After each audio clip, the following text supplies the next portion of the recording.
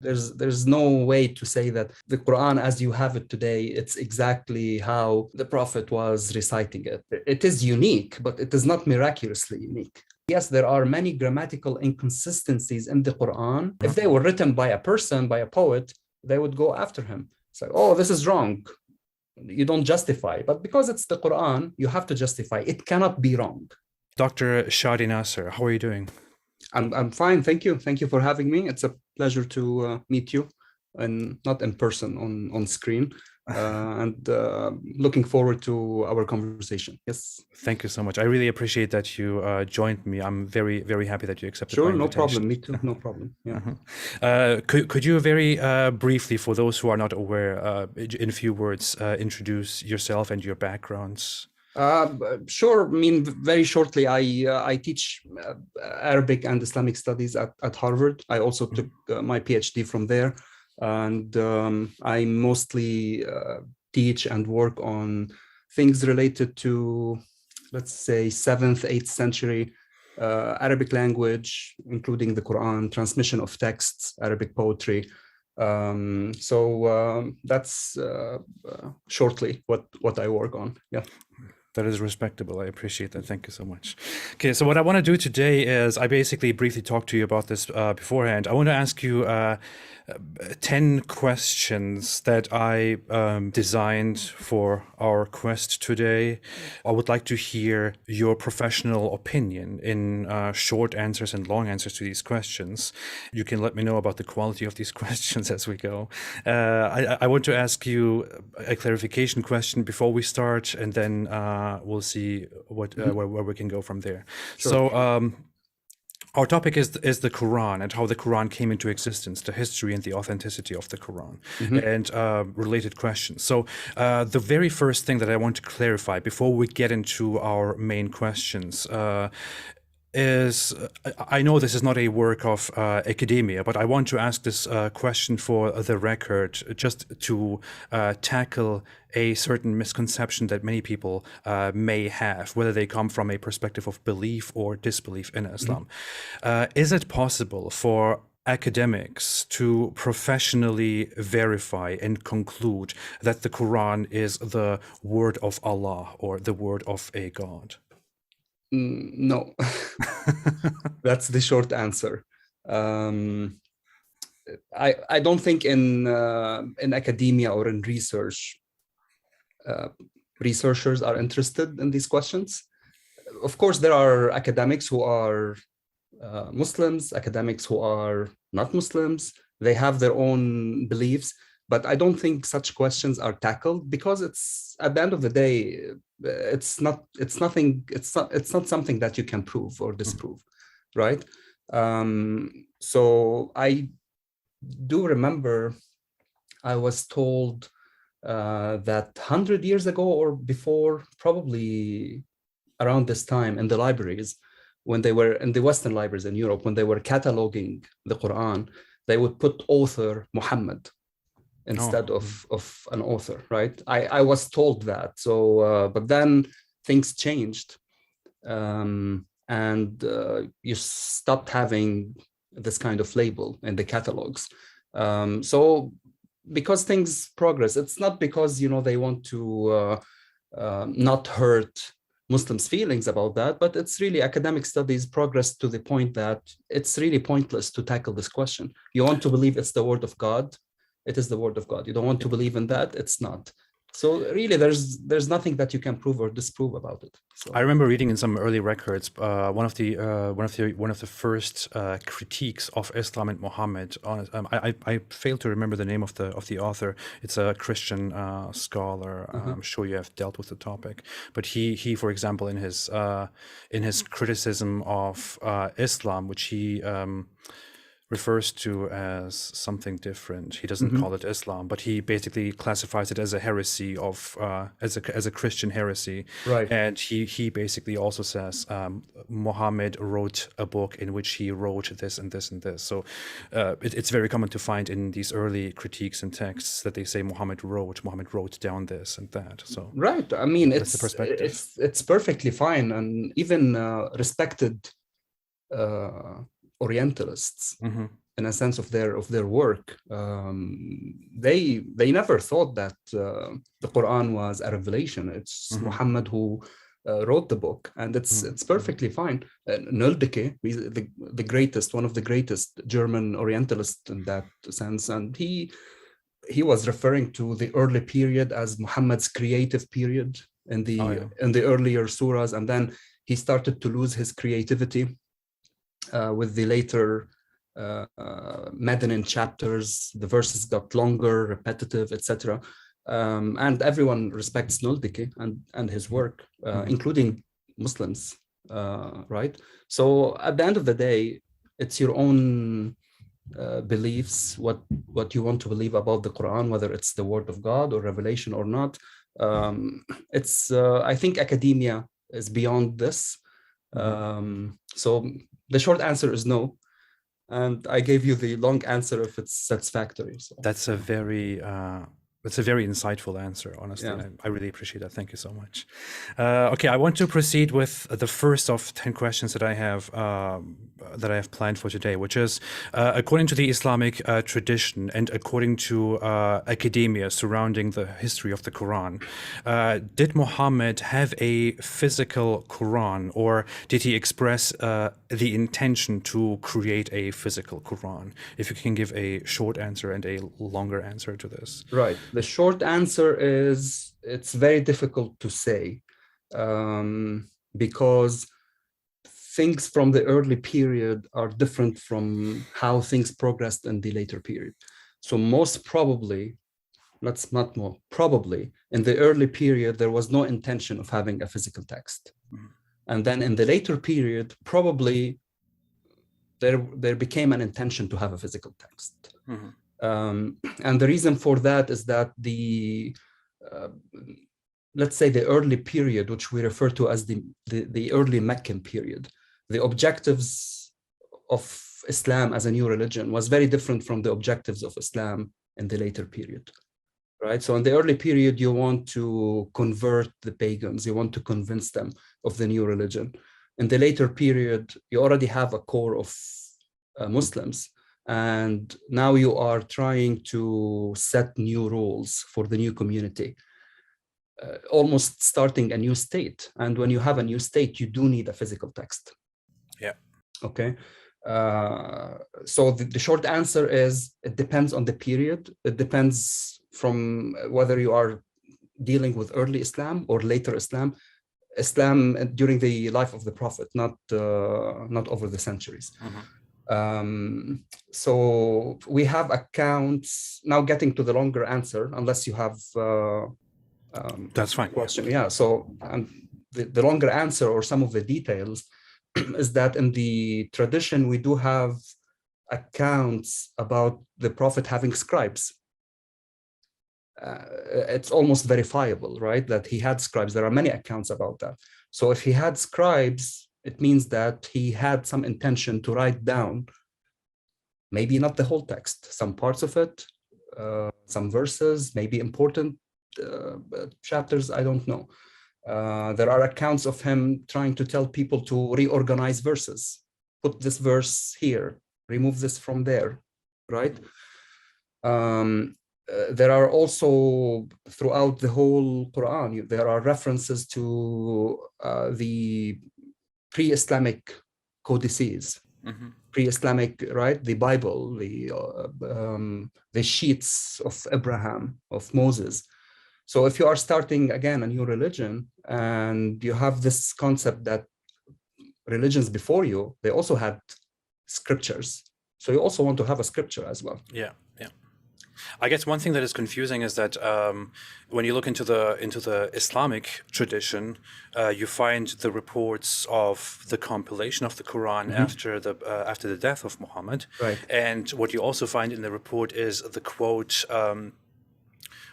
how can I do, or how could I do something that the Prophet himself did not exactly do or intend to do? Correct. Exactly. So this is a problem when you have competing traditions. So you have traditions, and not only that, I mean, even the collection of the report of the collection of the Quran, the first one, how this companion, he was going around trying to get the Quran from the hearts of man, from camel shoulders, from leaves, etc. If the Prophet already had some kind of collection, why don't you go and consult it, right? And there's no record in the collection that I went and consulted this proto collection of the Prophet, right? It gives you a very different idea of how the Quran was at least memorized or scattered among people. So it is a problem. How do you bring these competing traditions together? And there are also reports that some of the wives of the Prophet, that they had a kind of proto-codices as well. Right? Aisha had, it seems, a codex according to one of the traditions. His companions, they had some kind of codices, not necessarily full-fledged codices, but at least something. Right, so it is an issue when you are trying to bring all these accounts together, and that's why usually Muslim scholars, they tend to focus more on chains of transmission of these reports. So, okay, well, this report has a better chain of transmission, so I will consider it more authentic than the other one. Or you try to come up with some kind of harmonizing these traditions, which is very common in the tradition. So thank you so much for that. My second question will be kind of, you will see that the questions may a little bit overlap with each other, or might have been answered in a way or another, or it might go a little bit that way. But my second question would be, can it be confirmed with certainty that the content and or the text of the Quran that we have today was recited by Muhammad? Again, the short answer is no. We don't have a time machine to go back and see what he was reciting. Okay. The short answer is no. There's always a probability issue. Okay, so there's no 100%, there's no 0%. It's always in between. So we can never go beyond reasonable doubt. We can never. No, you cannot. I mean, the best you could do is you say 99%. There's no way to say that the Quran as you have it today, it's exactly how the Prophet was reciting it. It's impossible, especially that when you have so many traditions that tell you otherwise. Thank you. That's from within the tradition itself, right? So take, for example, you heard of abrogation, right? So this is a common thing in the tradition. You have verses that abrogate other verses, not just the legal abrogation, it's just the verses completely taken out of the text. So at a certain point, these verses were recited, allegedly, by the companions, right? But then at a certain time, they were abrogated. This is actually an interesting topic to quickly dwell on. When we talk about abrogation, there is much controversy about it, since it is a controversial topic. It is one that might go into very problematic directions. Right. But we talk about the nature of abrogation, and there are different kinds of abrogation, apparently. In a way, we could say that verses that exist but were revealed later might abrogate rules that are revealed in verses that were revealed earlier, but that also still exist. But we also, but there is also the concept of verses existing in the past and then getting lost or being removed in favor of new verses that come into existence. This is also a form of abrogation that is accepted. Correct. So there are three forms of abrogation accepted. More generally, there are very few scholars who rejected that, but let's say there is a consensus that the three types are accepted. So the first one, which you mentioned, both verses exist in the text, one abrogates the other. Some scholars put it this way: it's not really abrogation, but one is general and the other one is specific. So it's again one way to get over the issue of abrogation. The second part, the one which you also mentioned, is the text is removed, but the rule is still there, such as the stoning for adultery. And the third type is that both the rule and so the text is removed and the rule is also removed. Okay. So we have no trace of it. It is just right. gone. So both the rule and the text are abrogated. So these three types, and there are examples of several examples of each type. And yes, the abrogation is generally accepted by most scholars from different legal schools. Can you give us very short examples, like one or two of that kind? Yeah, for the third one, for example, the suckling, it's called the 10 sucklings. So it was supposed to be 10, and it was abrogated. The text was abrogated. It was mentioned there, and the rule is also abrogated. The second one is the stoning, as we said, and the first one, there are many of them. The alcohol, the fighting verse. There are also verses which do not have legal rulings, that they seem to be also abrogated or removed from the text. Some scholars put it also in the third category. There's one which says if man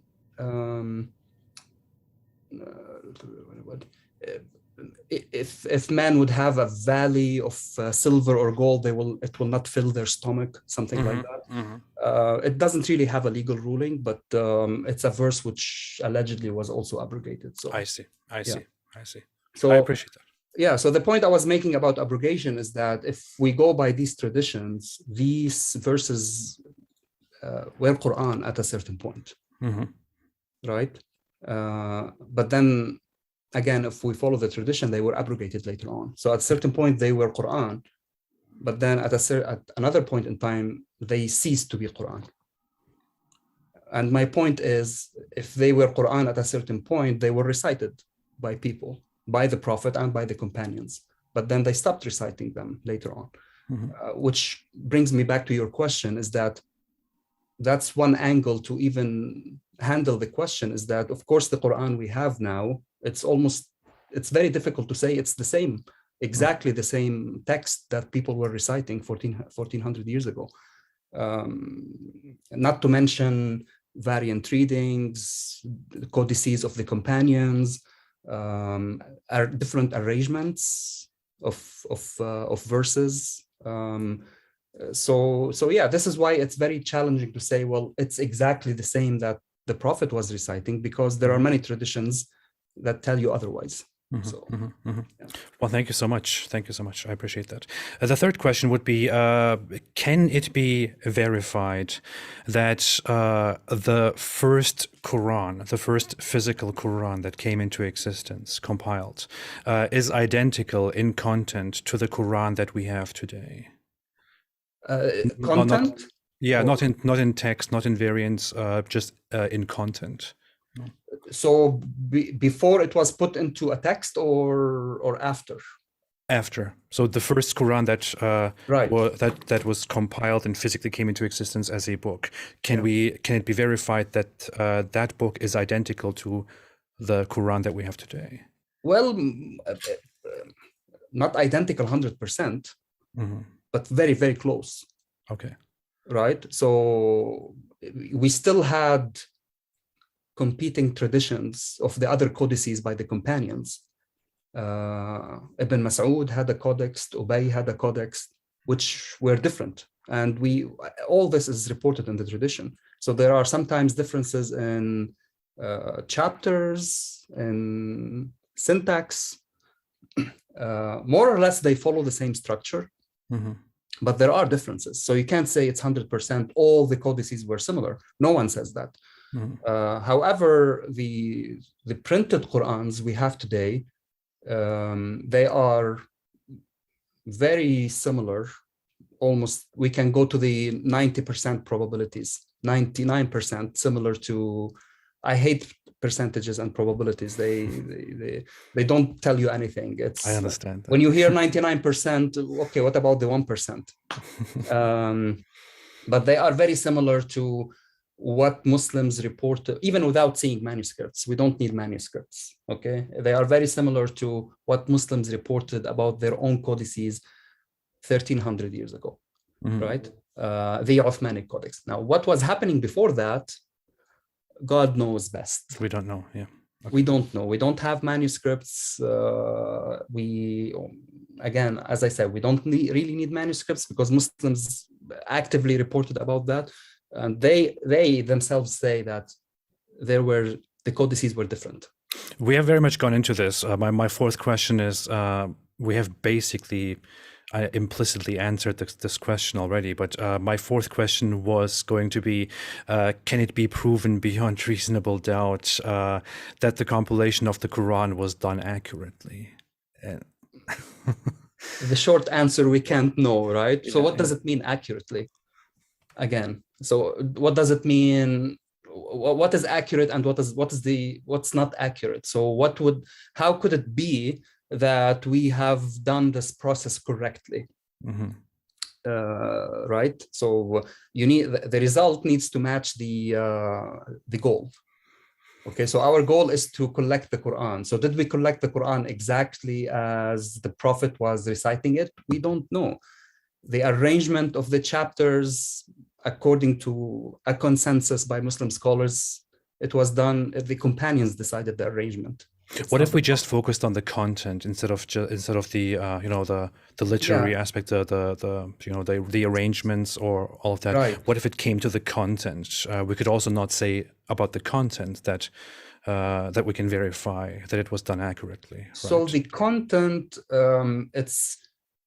it's highly just studying the syntax of the Quran. Okay, just from a linguistic perspective, it's very difficult to say that there are verses or portions of the text that they don't belong there. Despite the fact that there are different styles in the early period and the later period, the register of the text is very similar. Okay. Now, there are scholars who did study this from a syntactical perspective. And I think Behnam Sadiqi had an article on that. He's studying particles and the distribution of particles in the syntax of early text and later text.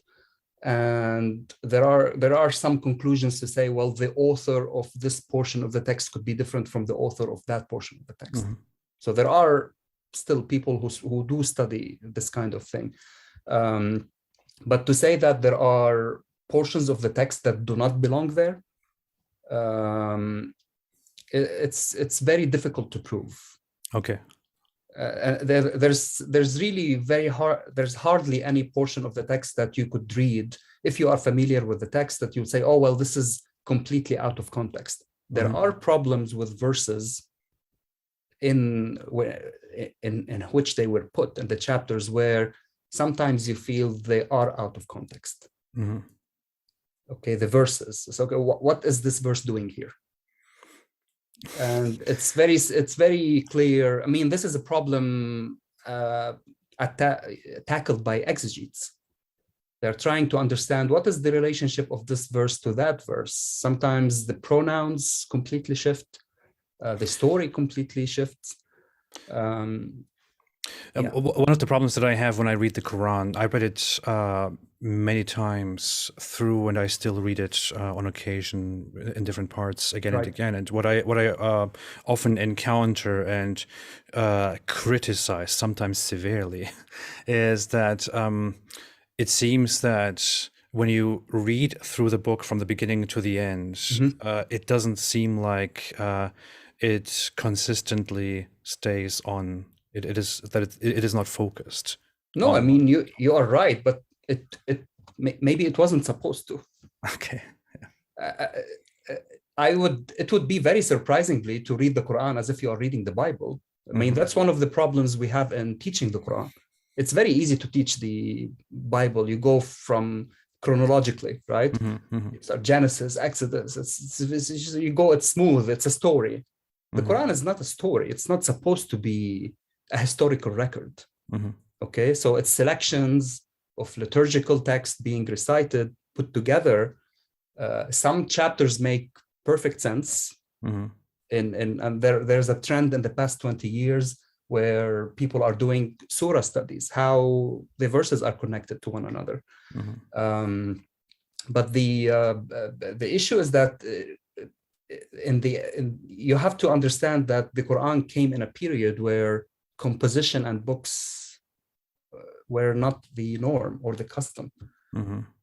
So it's the same thing with Arabic poetry. If you read early Arabic poetry, read it in translation. There are many translations. It's the same thing. It doesn't follow a story from beginning to end. You would have verses scattered and just being compiled in one poem. I could, based on this idea, say that the Quran was a product of its time, but this would not necessarily be an acceptable statement to many. It is a product of its time. So why would it not be acceptable? A statement, you mean from your perspective or from? No, I mean, to me, this would be a completely acceptable statement. I mean, the Quran was naturally a product of its time, but from the perspective of a believer, it wouldn't necessarily be an acceptable thought to say that it was a product of its time. It would. One would rather think that it was not a product of its time. It was rather a perfect arrangement, divinely ordained for all times. And, of course, there is a trend also in the tradition, not all of it, that the Quran is old. It's already written in the preserved tablet, and you know I believe you know this tradition very well. So yes, there is also a tradition in the a trend in the Islamic tradition that say, well, everything was ordained, everything was predetermined, the text is perfect as is. But again, these opinions, they don't have a they are just, let's say, trends or opinions by scholars out of piety, out of trying to polish the narrative. But Muslim scholars, exegetes, etc., they already notice that most of the Quran, it is a product of its time. No one escapes from that reality, including the way it was arranged. And also, we have to pay attention to how thoughts about Islam by Muslims it changed over time. The concerns of Muslims in the early period are very different from the concerns of Muslims in the later period. Yeah, I see that. In the early period,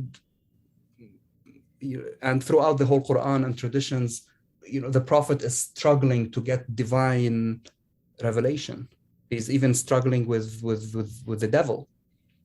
But speaking of abrogation, there are also many opinions that abrogation doesn't necessarily have to do with abrogation. It's about the devil sometimes inspiring, or inspiring is the wrong word, but trying to put some verses, doing waswasa, right? It's a very controversial topic that we have had. Yeah, but it was very normal in the early period. So you read early exegetes and opinions by scholars. That's what it meant. We are guarding the Quran from the interference of the devil. You are a true prophet. Don't worry. This is speech to Muhammad, right? Yeah. But then in the tradition later on completely almost switched the narrative that the prophet he doesn't commit mistakes. Yeah. There is a very zealous opposition to that entire idea, especially in today's time, by certain people that no, that was a misunderstanding. It is impossible that the devil interfered in the revelations. Correct. Muhammad was completely free from such things. The revelation was perfect.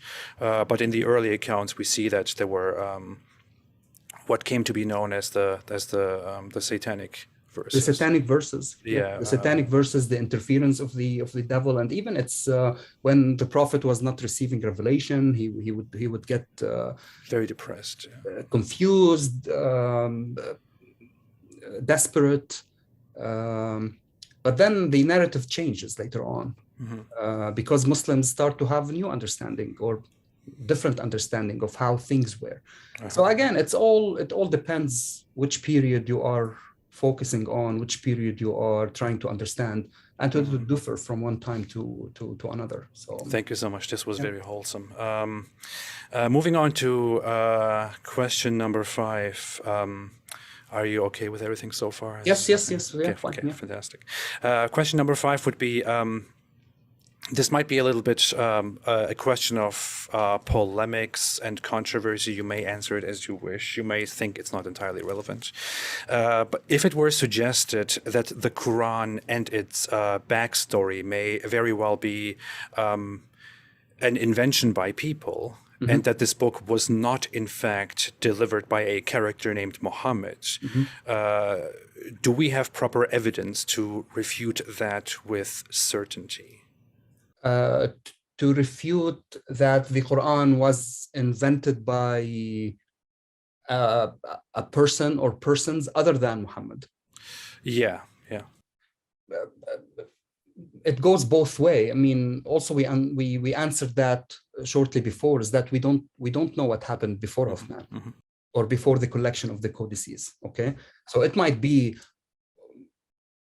if we want to talk objectively, okay, so it might be this person who was called Muhammad, or it could be another person, but it's very difficult also to say, well, there was a group of people who came up with the Quran out of nothing, and then they told the whole community, oh, look, we have this Quran. It was revealed to a prophet called Muhammad, and we have it, and people never heard about that before. Especially that Islamic history teaches us that Muslims never agreed on anything, right?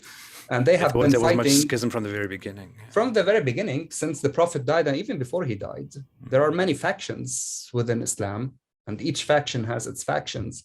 So many people have different objectives, trying to prove or disprove something about the prophecy, about the Quran. So it's very difficult to say, well, the Umayyads came, and this is something that was mentioned by Wansbrough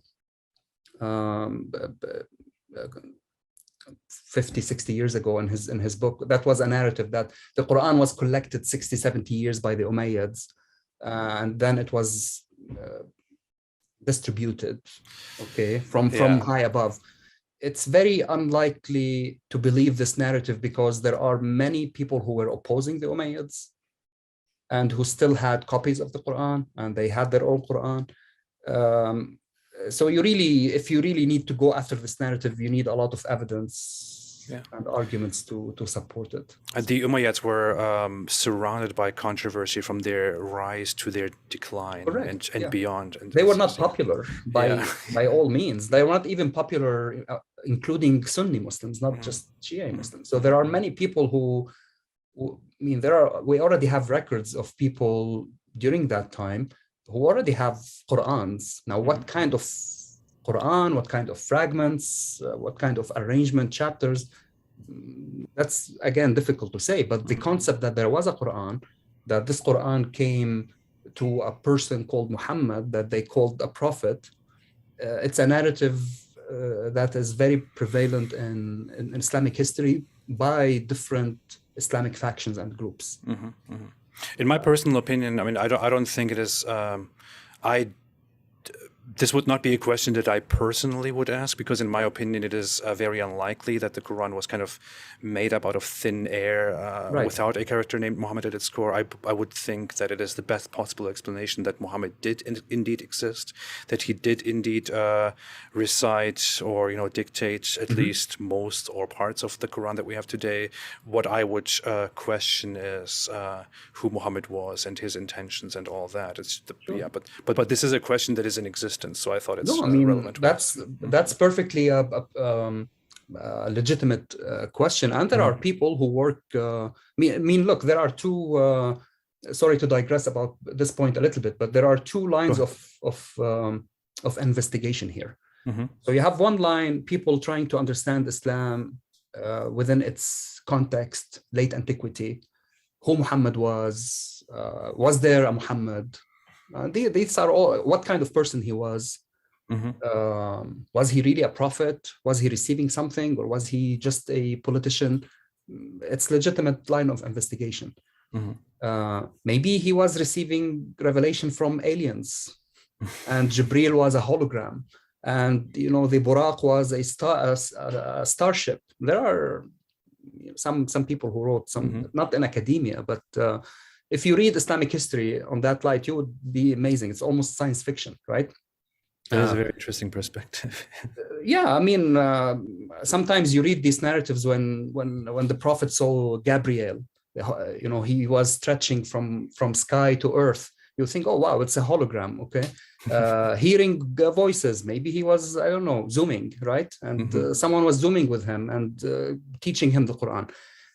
I'm making things up now, but I'm saying that if we prove that, if someone can, okay, well, we prove that the Quran came from Martians or from aliens, this doesn't help me to understand how Muslims understood the Quran in the past 1400 years. Exactly, yeah.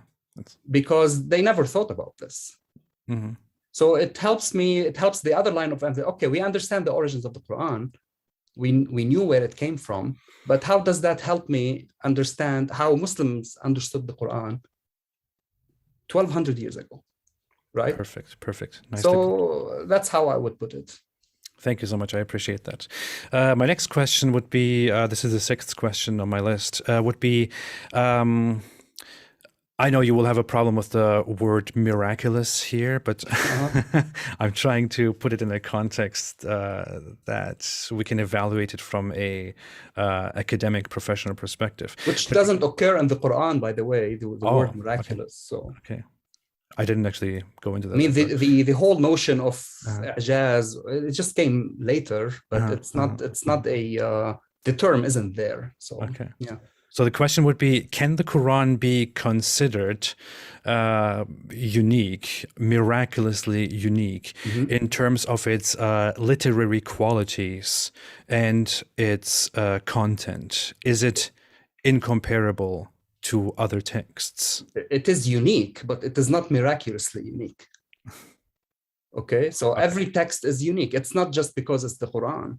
The collection of poetry by Mutanabbi is also unique.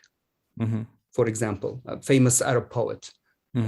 Every text is unique, but the Quran is definitely unique. That there are no similar texts in terms of content and style, more or less. Style and how it was compiled, and not necessarily the register of Arabic, but just its style. Now, miraculous, again, is a very loaded word, and not all Muslim scholars, not just talking about lay Muslims, thought that the style of the Quran was miraculous. Again, the concept developed over time. There are many Muslim scholars who thought that the Quran is not miraculous from a stylistic point of view, but the miraculous aspect is that God prevented people from imitating it. Okay, so that's. What if we change the wording from miraculously unique to superior or sublime? So can the Quran be considered superior in terms of literary qualities and content to any other book out there? I wouldn't say superior, but I would say that the Quran stylistically, it's written, composed in a very high register of Arabic. It is used on the same level as Arabic poetry. For grammar, textual examples to prove things related to language, philology, etc. Early Muslims, they were not quoting the Quran to prove scientific phenomena or mathematical phenomena. They were only using it for linguistic issues. Okay. So yes, the Quran is written in high register. Whether it's superior or not, it's again up to, there are many scholars, Arab scholars, who didn't think that the Quran stylistically is superior to other compositions. There are other people who thought it was superior. It's not really a clear issue. I mean, it took more than 400 years for Muslim scholars to come up with somehow a framework of what inimitability, stylistic inimitability. It took 400 years for someone to come and frame that in a theory of semantics and philology, etc. So it's not really, you read something, oh, well, this is miraculous, or this is superior. So what's miraculous about it? You have to feel it. You have to know Arabic. Okay, well, I know Arabic, but I still can't feel it. Well, it's very subtle. Really. It's not really something you can put your finger on.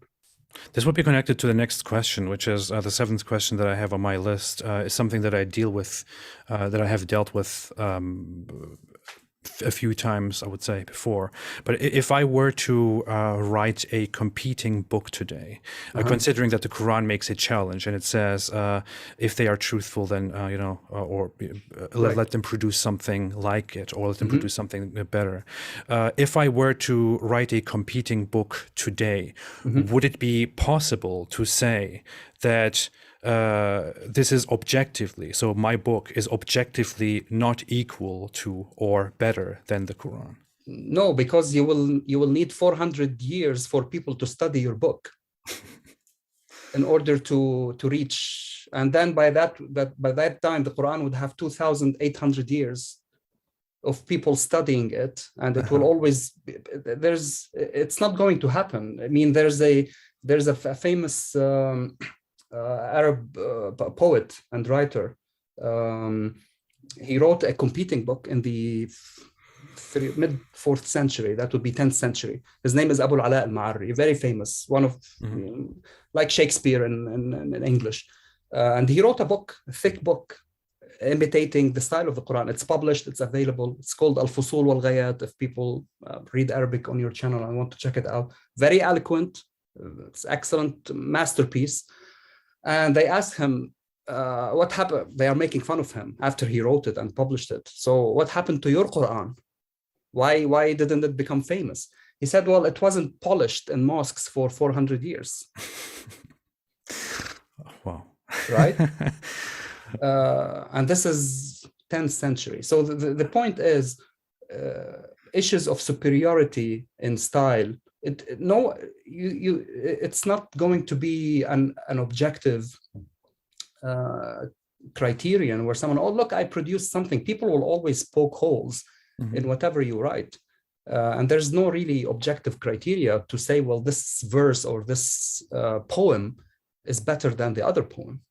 Yeah. So my criticism of that was, for example, that I find the challenge unreasonable or incoherent, if I may say, because even if I did intend to, and I don't intend to do this, but even if I did intend to write something down today that I would think is a competition to the Quran, then no matter how good it is, no matter how good I think it is, no matter how good people think it is, people who value the Quran as the sublime book will always be able to say, no, your book is worse than the Quran because of this and this and this. And there's an endless supply of reasons to come up with why my Quran.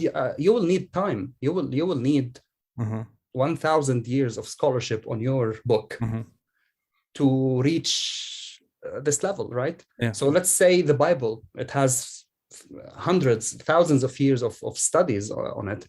But then where the comparison stops at language. Well, the Bible or Old Testament, they are not as eloquent as the Quran. Well, of course they are not, because they are in translation. So the same thing goes with the Quran. If you translate it, it loses everything, right? Now, how they were in the original language, that's not, but I don't think they make the claim that they are syntactically and from a literary perspective that they are miraculous. Or inimitable. And also the Quran, when it produces, there are also many problems with that challenge. Okay, produce a book like it or a chapter like it, but it doesn't specify from which perspective. Yeah. Okay. That's the thing. If you set a challenge without setting the rules Right. So of the challenge, then there is no and challenge. that's what Muslim scholars debated. So it wasn't, again, the later narrative is all about the miraculous, inimitable nature of the text of the Quran. But also, this wasn't the case early on. I mean, you see in the past, I would say 100, 150 years, because this argument started to lose favor. Mhm. Why? Because many Muslims can't read the Quran in Arabic. 95% of them. They are not Arabs. Even Arabs who can read the Quran, they only understand the simple chapters. But even educated Arabs can't read it unless they really have decent education in Arabic to read it and appreciate it. So you started to have this shifting narrative towards other miraculous issues in the Quran, mathematics, science, astrology, to support the argument that it's miraculous all over, not just syntax. Early scholarship didn't pay attention to that. It was only focusing on syntax because people had a stronger connection with the language, with the culture, with the text, and they were not thinking about numbers and astrology, medicine, all this stuff. Yeah. Moving on to a related question, the eighth question on my list is, the Quran says in chapter 5, verse 15, among others, that it is a clear book. And of course, it is debatable what clear in this context actually means. Would the Quran be considered clear? Some of it is clear, some of it is not clear. So as the Quran itself say, right? And again, it's all about perspective, and something that might not be clear to you now or to us, it could have been clear to people 1400 years ago. So I think I mentioned something very quickly to Derek on his YouTube last month about acronyms. LOL or ROFL. So if you give this to an American, I don't know, 60 years ago, do they understand what ROFL mean? Or LOL? They will never, even though they are English native speakers. We understand. We don't even need to know what these acronyms used for. So take the mysterious letters in the Quran or the disconnected letters. Maybe they meant something for the people 1400 years ago. They didn't ask that many questions about it. They just took it. But then, what's strange about that is we don't actually have any record of anyone ever asking about those things in the we Hadith. don't. I mean, we have some accounts, and then you have competing traditions, what they could mean, but there's no consensus whatsoever what they really mean. They go from esoteric interpretations into really literal, sometimes mathematical. These letters compose the alphabet of Arabic, and it's a miracle that out of these 27 or 28 letters, Arabic, the Quran is being composed of. You have more than 30 opinions of what they could have meant. But we don't have records of someone going to the Prophet and saying, oh, what does Alif Lam Mim mean? Or ALR? And then he responds clearly. There's nothing. Sound tradition like that. Maybe they understood, maybe they didn't. But the point is, many things could have been clear to them and not clear to us. And vice versa. If you are a believer, if you are a Muslim and you think that the Quran is a book for all ages, maybe there were things that were not clear to them, and then it could become clear to you right now. So it goes both ways. So again, the answer is, some of it clear, some of it is not clear. From a linguistic perspective, the text is clear. It reads in Arabic. If you have training in Arabic, you can understand it. Yes, there are many problematic verses from a syntactical point. Exegetes and scholars tackled that. They have many different interpretations of it. Yes, there are some verses which are problematic because of some grammatical inconsistencies. Maybe there are some mistakes in copying the text, which resulted in an unusual grammatical reading, but more or less the text reads fine. And just as any text which is written in a high register, like poetry, you read a poem and you would say, well, is the poem clear to you? No one would say that, right? Yeah. Oh, I understand all the poem. And the Quran, at the end of the day, it's not poetry, but it is poetic. It's not meant to be an article or an essay. There are many verses which deal with legal issues. They are plain prose. There's even nothing poetic about them. And no one really argues about how clear they are. So it depends which verses, especially early period. Early verses seem to be more cryptic about the day of judgment. I mean, no one can imagine that. So it has to be cryptic. Yeah, I understand that. The next question would be, I'm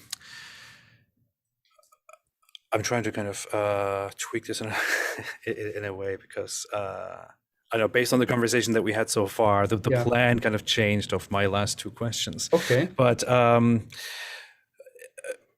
as much as we can answer this question, is the claim that the Quran has no mistakes verifiably true? This is a claim that is made by Muslims in general. Grammatical mistakes or mistakes, you mean errors? In its content, in the things that it says, in the claims that it makes, right? In the information that it provides, can it be said that in that sense it has no mistakes?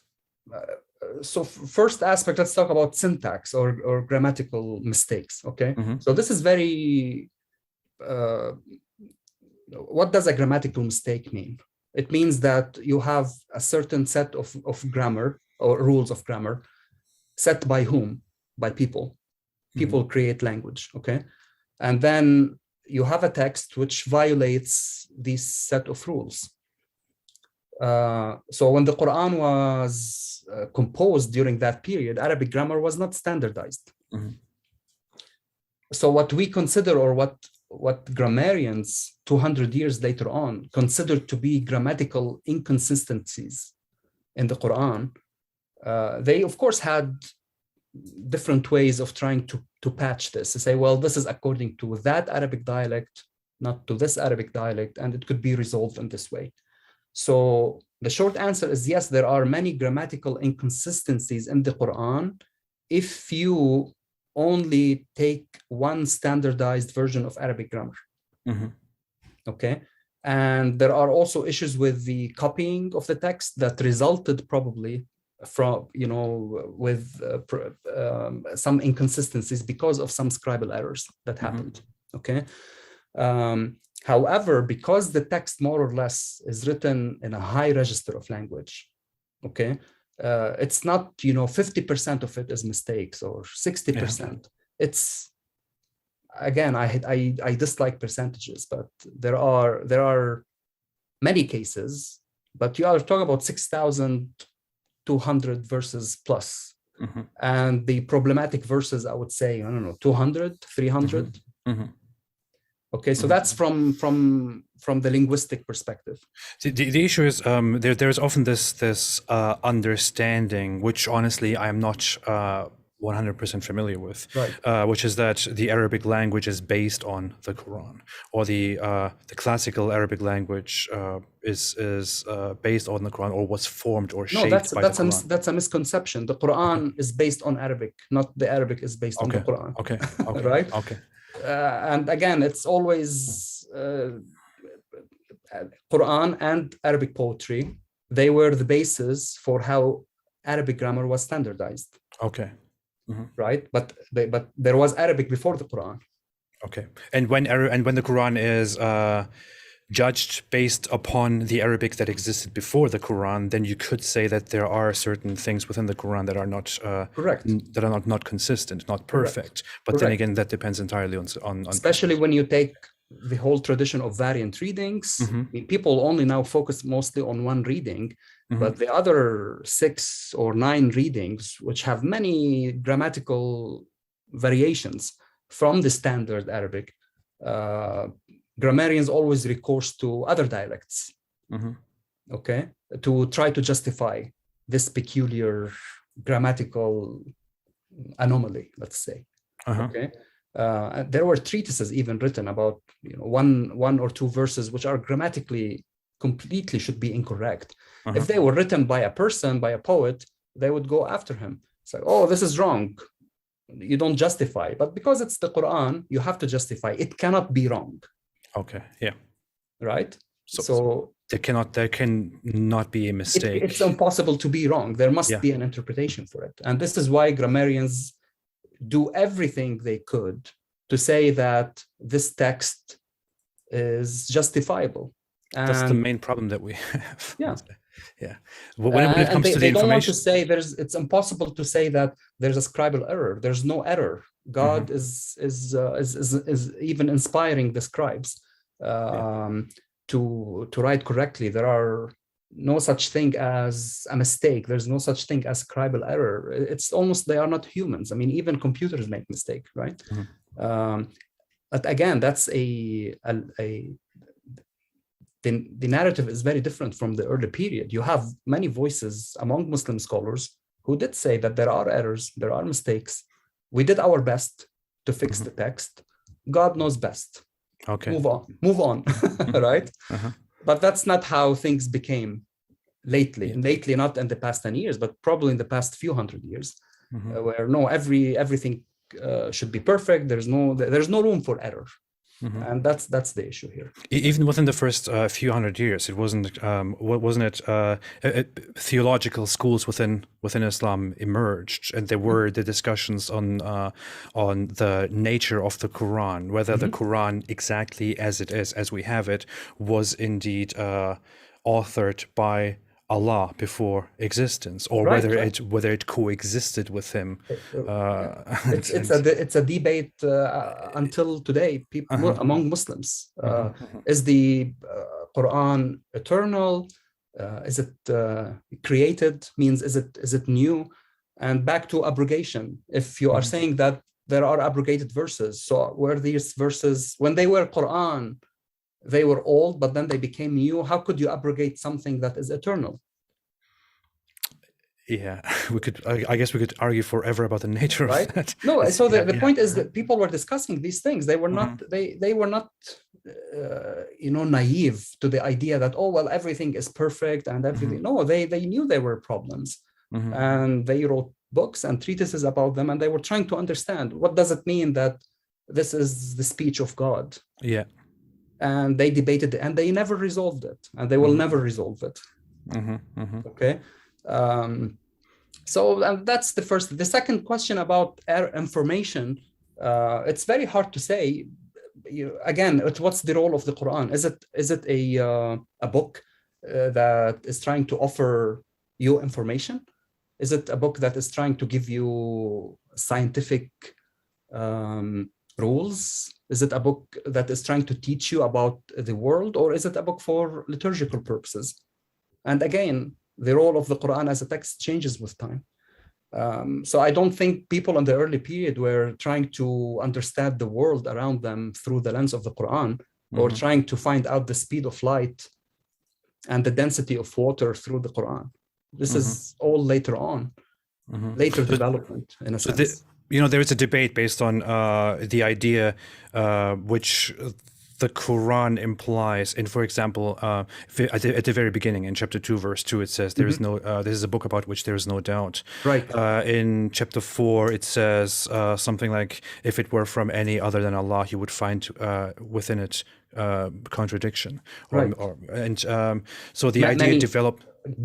many contradictions. Many contradictions. So the idea developed over time that this is the inspired word, and it is free from flaws, and that suggesting that it has flaws would be equal to disbelief. So Of course, there are now two sides of the debate here: that it is entirely perfect and that it has mistakes. And then there might be, of course, the middle ground. That what would be the scholarly academic evaluation of this debate? Is it verifiable that the Quran has no mistakes, as it is claimed? Or I mean, same answer to the beginning of the conversation. It's all about context, when the Quran was revealed, and what you as an academic, what are you trying to achieve? It's again I don't say a meaningless quest to try to, oh well, the Quran says this about the beginning of the universe, and now we know that the beginning of the universe was due to the Big Bang, therefore the Quran is wrong. What do you expect? You expect the Quran 1400 years ago to say the Big Bang started the universe 14 billion years ago? I mean, it's unbelievable. I mean, whether it's a revelation or not. I mean, even if you believe it was a revelation, imagine telling a Bedouin in a desert that there's a Big Bang and the speed of light is this, and there are parallel universes and string theory, and it's not going to work out. Yeah. Right? So you tell him, you do well, you go to heaven, you drink cold water, and you have lots of milk that doesn't spoil, because always milk spoiled, during that day. So you talk to them in the language they understand. So it's the same thing with all the other misinformation. Now, historical inconsistencies, that's another issue. And scholars do work about that, especially theologians. So what does it mean when the Quran say that there are some Jews who say that God has a son? Okay, so scholars, Ezra is the son of Allah. Right. So scholars are interested in that. So is this a misinformation, or were there really some Judeo-Christian factions in Arabia that really believed that God has a son? Okay. I mean, as far as Judaism goes, I mean, they have no information that there are a faction within Judaism that says God has a son. So why the Quran said that? Is it a misinformation, or was there really a group, a faction that claimed that, right? But I don't think any academic would be interested to say, oh, well, the Quran said that because Muhammad mistranslated a text from the Bible. Maybe he did, maybe he didn't. But I don't think we are interested in these kind of questions, because we are interested in why the Quran, how the Quran was handling issues back then, and and what people believed. Maybe this was something that people believed in, right? And the Quran is just re-emphasizing that, or putting this into context, that there are some Jews who are saying that, but maybe that's what people thought, being misinformed. Just to have an overview on that example, like the Quran says in chapter 9, verse 30, I believe, it says, Jews say Ezra is the son of Allah, and it goes on, how are they deluded? And the suggestion on my end, for example, on the end of critics of Islam, would be that's misinformation, because Jews don't believe that, and we don't know of such Jews who believe that, and even if it was referring to a small group of Jews, the verse wouldn't make much sense. On the other hand, the Muslim position, the believing Muslim position, would be it cannot be wrong, it cannot be false. There is an explanation to it, and we will somehow find this explanation. So we are on these two ends. One side asserting, okay, based on the evidence that we have, the best possible explanation is that it is wrong. The other side says, based on the best possible explanation, that is definitely somehow true.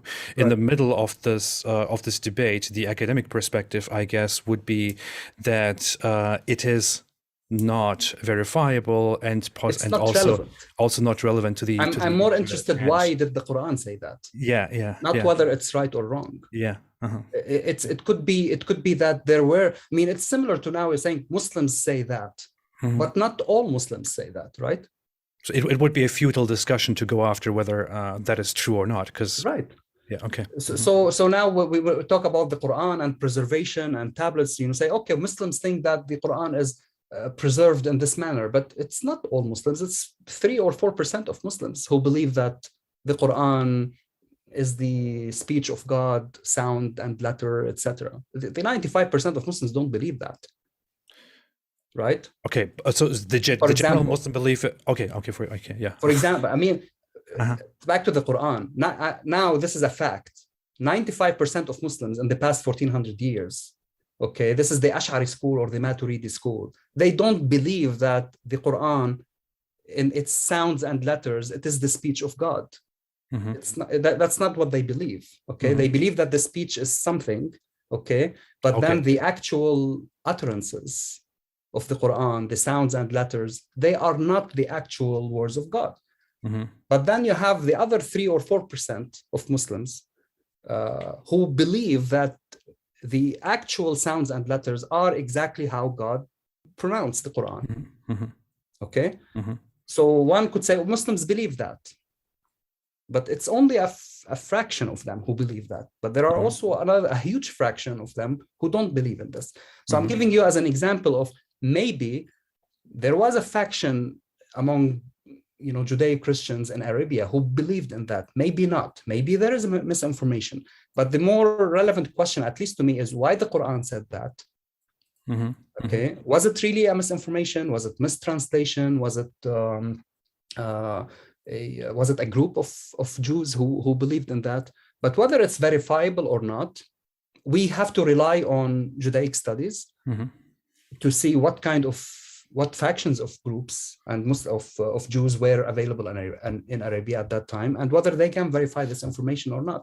If they can't, I'm more interested in why the Quran said that, not necessarily if it's true or not, at least my perspective. Just to clarify an earlier point, when we look at least at Sunni Islam, and when we look at the prevailing schools, the Asharites, the Maturidis, the Atharis, which would make up the vast majority of Muslims that we have today, they disagree on the nature of the speech and the pre-existence and existence of the Quran. But what they do agree on is that that the information provided in the Quran, that the Quran we have today, was inspired by Allah. Correct. All Muslims in all factions, Sunnis, Shias, etc., that the Quran is a revelation from God. That's agreement. Consensus. The disagreement is the huge chunk of Sunni Muslims, the Ash'aris and the Maturidis, right, with the Salafis, let's say, or the Hanbalis, is the nature of the speech of God. Is it sounds of letters, or is it the Arabic sounds of letters, or it is not? So the disagreement until today, and it leads to one faction considering the other faction a disbeliever, this is among the same Sunni Islam. We're not even talking about other factions. So I'm saying that the vast majority of Muslims, though the Ash'aris, they already solved the issues of grammar, variants, etc., saying that those utterances are not the actual utterances of God. God did not speak those words. But you have the other groups who say, no, he did speak those words as they are. So that's but all of them agree that the Quran is a revelation from God. I believe, without a doubt. I'm not sure in which in who this was. One of the significant scholars of theology within Islam, of Aqidah, I believe said something along the lines of the Quran is the revealed word of Allah, and whoever does not add unchanged to it is a disbeliever, or something like that. And no, I mean it is a valid legal point, but again the problem is what do we mean by unchanged? Is it unchanged that it is altered, or is it the way it's pronounced, it's unchanged? Because we do know for a fact that there are many letters that we pronounce today are very different from how letters were pronounced 1400 years ago. That's a fact in recitation. There are 2 or 3 letters that the way of uttering them or pronouncing them were very different. So what do we mean by unchanged? Is it unaltered, that there's no replacement for one word to another word?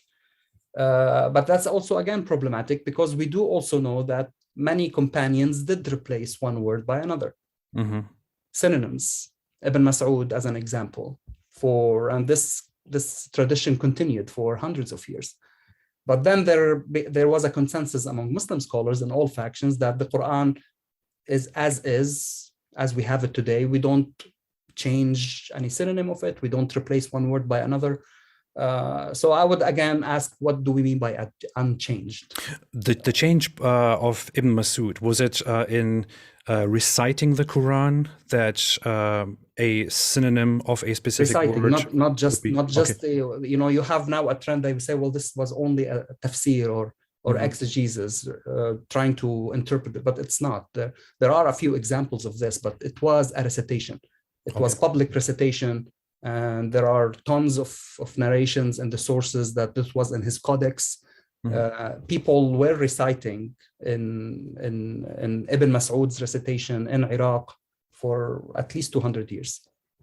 And there are transmissions on that. So it is public liturgical recitation and not just a work on grammar, let's say, or interpretation or tafsir. Yeah. Very interesting. Thank you for that. Okay, I think we're very much through with the questions that we have. I want to ask one final question, which might be, I guess, hard at this point to answer. Just very briefly, based on the concept of best possible explanations, what would be the best answer, in your professional opinion, to the question, who wrote or who authored the Quran? As a person, or a person, I mean, it's back to the original question. If you believe, you would say that it's a revelation. If you don't believe, it's Muhammad who wrote it. It's as simple as that. It's very difficult to say. I mean, even from if you take a Muslim perspective on that, it's a very difficult question. Okay, well, it's a revelation from God, but it's not the actual letters and sounds. It's only the syntax. Okay, the arrangement, the syntax. What about the utterances? What about the case endings, the grammar? So my answer would be the composition, the actual composition is done by an entity. If you believe in God and Islam, it's God who composed it, okay? If you don't believe, it's Muhammad or a person. Consistently writing this work in this composition.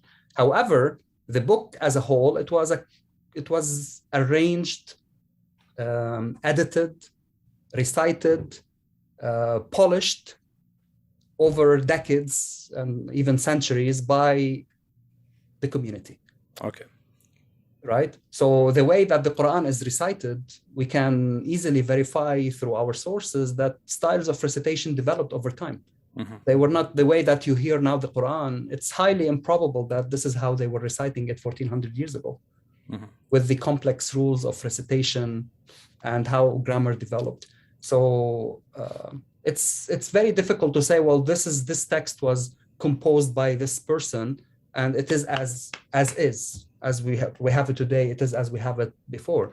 It took really at least hundreds of years to reach this kind of stage, and it was done by the efforts of scholars, of linguists, of theologians over the centuries. So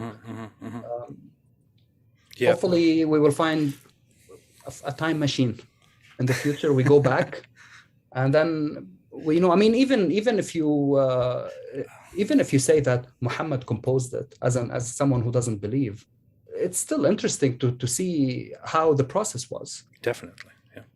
Definitely. The differences between the early period, the later period, how he was reciting it, how people were reacting to it, what kind of changes that happened through his life over the 23 years that he was preaching, that led to this. The repetition.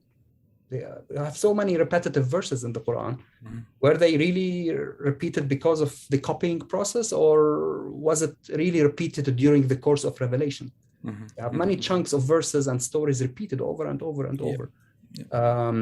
So this repetition is a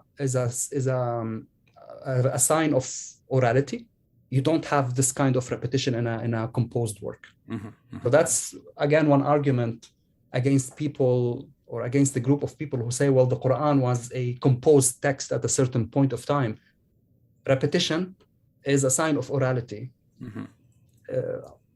99%, let's say, not 100%. You don't have someone who's sitting down and writing something, and then you keep repeating the phrase all over the Quran. I'm not just talking about one chapter. So the composition, the arrangement, it's very peculiar, and it's really almost an impossible question to answer. Who composed it based on the tools that we have today?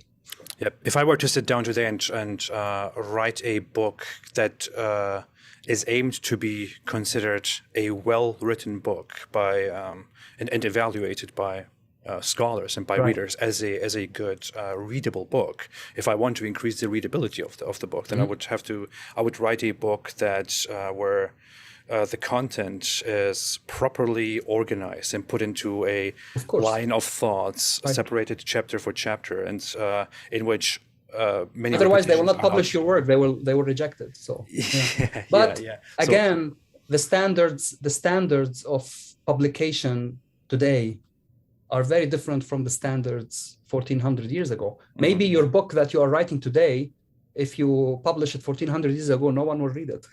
Maybe. Because they don't want something to be that organized. I mean, it took some time to get this kind of organization. And this is a feature in Islamic / Arabic books in general, is that authors jump from one topic to another and they repeat things. Many books were dictated. I'm talking about theological books and even books of exegesis. They were, you have a scholar who is dictating that to his students. He's not sitting on his desk and writing. Sometimes they do, but most of the time they dictate. And because of this process of dictation, there are many repetitions throughout the work. Yeah, when I think about, when I look at, I'm kind of dragging the conversation right now, but no worries. When I look at lists of best books ever written in terms of their literary aspects, for example, and I look at the oldest available books that we have, whether they are complete or not, or if we take the Iliad, or if we take the ancient Greek books that form a sort of a foundation of literature over thousands of years, we see that of Western literature. Western. I'm sorry. I'm sorry. Yes, nice correction. Of Western literature, we would see that. We would consider them well written and well organized because they were done deliberately by standards that we very much respect today, and correct. Very much, again by Western standards. By Western standards today. If we compare the Quran, for example, to that, we would not say, okay, this book was organized with the same ideas and the same intentions and the same understandings of.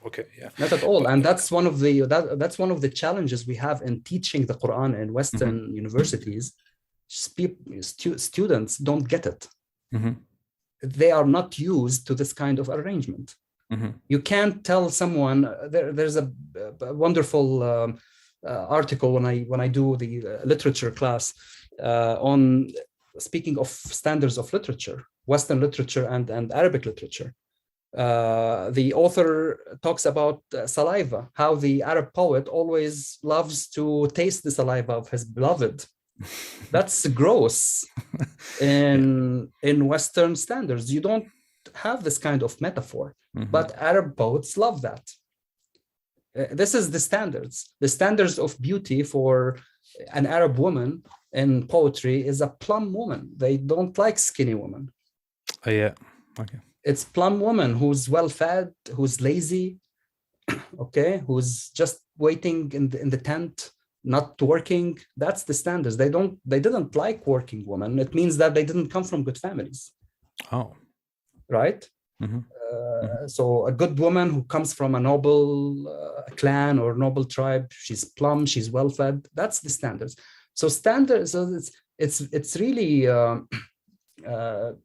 I don't want to say difficult, but it's it leads you to different results when you're trying to compare a work from just not Western. Same with Chinese standards. I mean, Chinese literature, again, is another beast. Or East Asian. They have different standards for poetry and religious texts than the Middle East, than the West.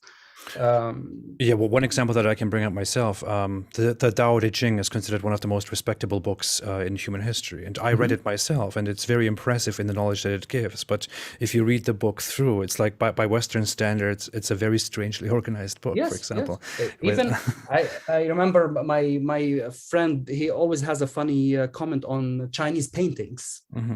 Okay, and we know that the Chinese are very good at handcraft and painting, but he compares it. He's comparing it to medieval Italian art, and he said, "Look, we have this." He's speaking as a Western, but the Chinese is always a bird on a branch.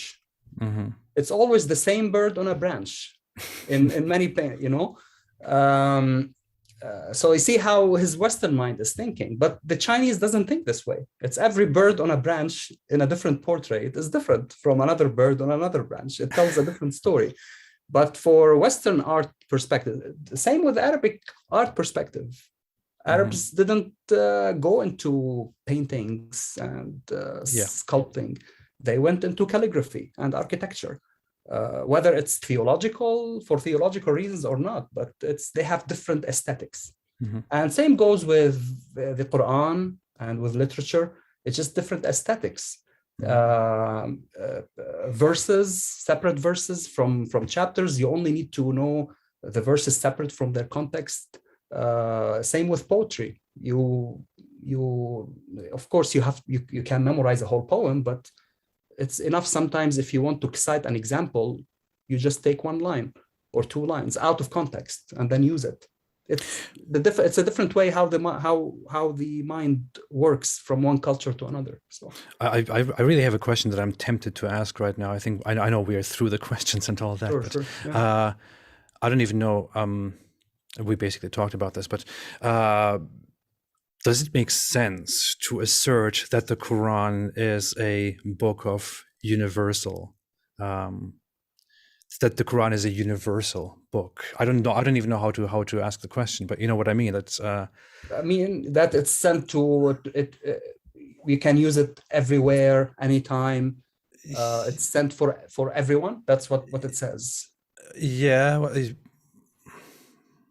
I don't know. I can't form the question to make it sense in the best way right now. But that the Quran would be considered universally authoritative and valuable. And again, see, the devil is in the details. This is why we like definitions, right? I mean, even when Muslim scholars are trying to talk about the Quran, they first define the Quran, because you can define it in so many different ways. We think that, this is the book that you can buy from the shelf on a bookstore, but in theological terms, it has a very different definition. Same with the universal. So what do we mean by universal? Is it that the laws are applicable everywhere? But we know that even from Islamic history, that's not the case, because even within Islamdom, if you say, you have different legal schools, and each school follows customs in their region. So the people in Iraq were following, I don't want to say completely different laws from North Africa, but they had very significant differences in applicability of laws. So is it universally in terms of laws, in terms of, I don't know, theology, monotheism? I don't know. So if you give me a checklist, what do we mean by universal? We can, at least I can talk about it from the perspective of theologians, how they thought about it. I'm fascinated by this discussion. I really love it. Thank you so much. I really enjoyed this. You're welcome. No, my pleasure. Hopefully, I didn't digress much. And no, it was beautiful. It was brilliant. I would love to have more discussions with you. I believe you have authority on in terms of Near Eastern studies, in terms of Islamic civilization, early Islamic history. Allegedly, yes. Okay. I bet we could have further conversations. We can probably follow up with that, but Sure. Yeah. I would love to have you back sometime Yeah, and no problem. explore So more into the future. I'm happy always to talk with people, answer questions to the best of my ability, and explain things. And no problem. When I come back from my leave, go back to my headquarters, I'm always happy to continue the conversation. No problem at all. Awesome, awesome. Thank you so much, Dr. Shady Nasser. Is there anything else that you want to add before? No, that's all. Take care, and hopefully it works out. And good luck with everything. If you have questions about these things or other things, feel free to be in touch. So okay, awesome. Thank you so much, and thanks everybody for watching. See you again soon, and have a fantastic day. Bye. yes, cheers. Bye bye.